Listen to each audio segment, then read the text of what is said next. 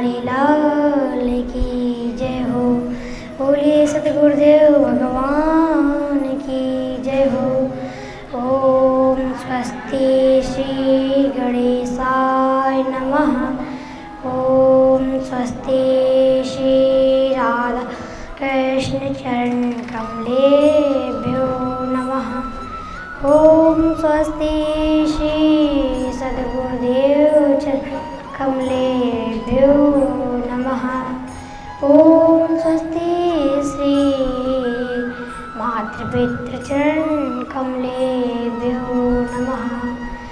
लंबोदरं परमसुन्दरमेकदन्तं रक्ताम्बरं त्रिनयनं परमं पवित्रम् उद्याद्दिवाकरकरोज्ज्वलकायकान्तं विघ्नेश्वरं सकलविघ्नहरं नमामि। नारायणं नमस्कृत्य नरं चैव नरोत्तमं देवीं सरस्वतीं व्यासं ततो जयमुदीरयेत्। ध्यानमूलं गुरुमूर्ति पूजामूलं गुरुपदं मन्त्रमूलं गुरुवाक्यं मोक्षमूलं गुरुकृपा। हरे राम राम राम हरे हरे, हरे कृष्णा कृष्ण कृष्ण हरे हरे। परम परात्पर अखिलेश्वर आकारण करुणा वर्णालय भक्तिवांछा कल्पतरु पीताम्बरधारी श्री बांके बिहारी लाल जी के चरणों में इस दास का सादर प्रणाम और परम आराध्य लाडली विद्वान नंदिनी किशोरी श्री राधा रानी जी के चरणों में इस दास का सादर प्रणाम। मुझे अज्ञान रूपी अंधकार से ज्ञान रूपी प्रकाश की ओर ले जाने वाले सतगुरुदेव भगवान के चरणों में इस दास का सादर प्रणाम। आज की कथा में प्रवेश करते हैं। कालव्याल मुखग्रास त्रास निर्णाय हेतवे श्रीमद्भागवतं शास्त्रं कलौकीरेण भासितम्। महाराज, प्यारे श्रोता बंधुओं, काल रूपी सर्प अपना मुख खोल कर बैठा है प्रत्येक एक जीव को अपने मुख में लेने के लिए। प्रत्येक एक जीव उसके अंदर जा रहा है। एक ऐसा संसार है कि दूसरे की मृत्यु को देख करके भी अपनी मृत्यु का चिंता नहीं करता है।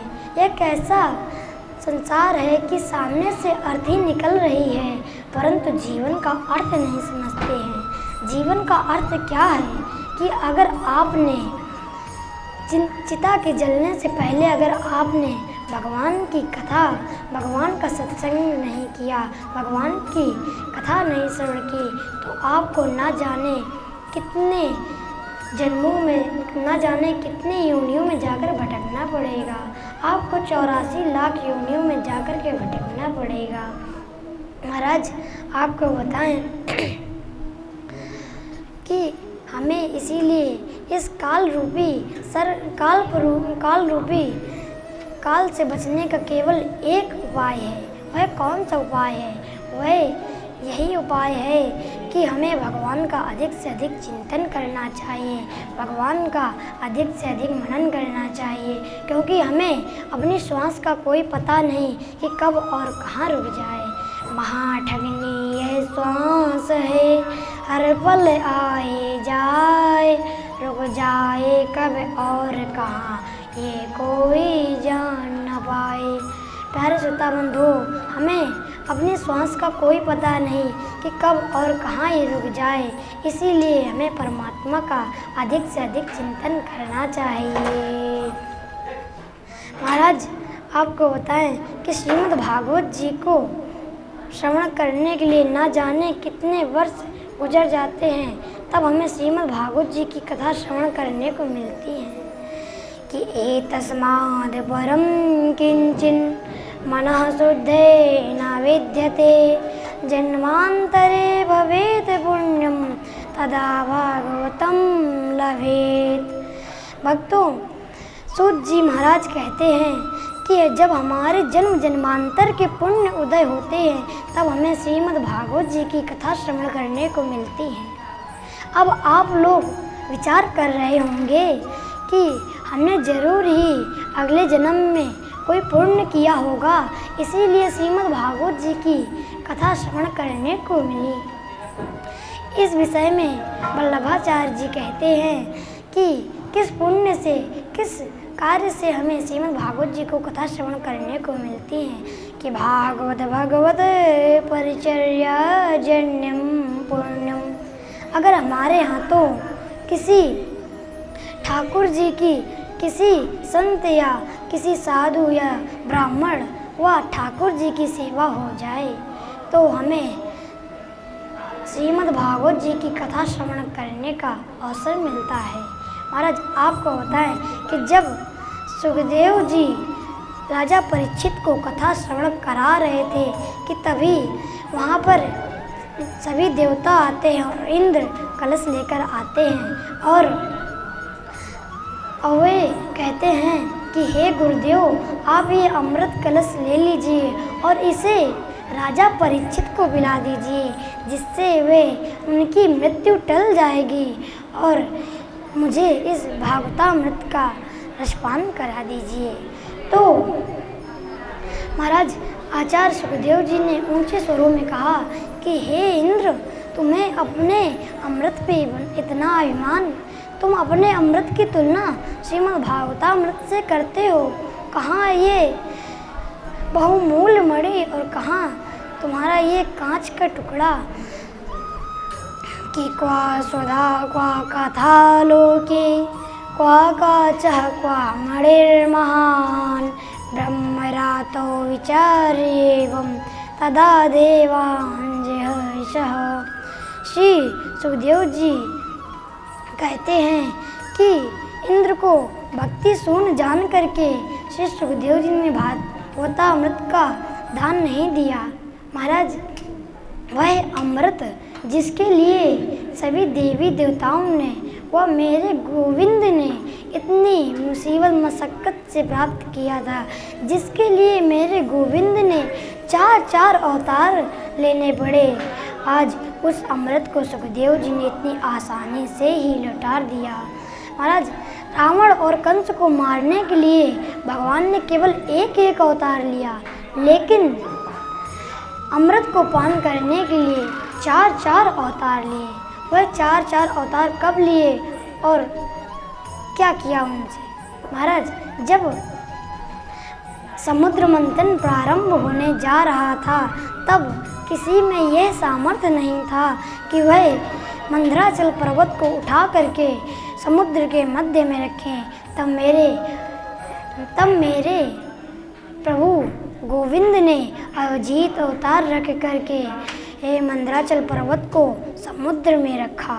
बोलिए अजीत भगवान की जय हो। उसके पश्चात जब मंदराचल पर्वत का भार अधिक होने के कारण वह जब धंसने लगा तब भगवान ने कच्छप अवतार रख करके उसे अपनी पीठ पर धारण किया और औषधियों की रचना के लिए भगवान ने धन्वंतरी प्रकट हुए। बोलिए धन्वंतरी भगवान की जय हो।